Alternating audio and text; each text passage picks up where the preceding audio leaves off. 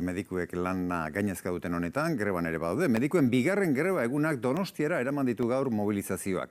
Donostia ospitalaren aurrean bildu dira medikuak euren aldarrikapena kaleratzeko. Eta berriro ere, ezoiko irudia ikusi da bertan, Garbine San Miguel. Haserreak batu egin ditu medikuak eta euriari muzin egin da aterkipean 100 profesional elkartu dira gaur hemen Donostia ospitalaren aurrean.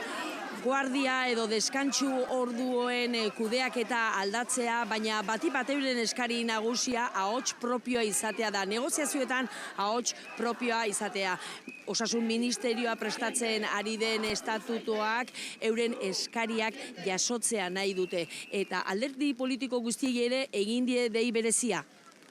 Orain da momentua alderdi guztietako politikariek argi eta garbi adieraz dezaten herritarren osasuna bermatzen dugunon. Hau da, medikoen alde dauden edo ez.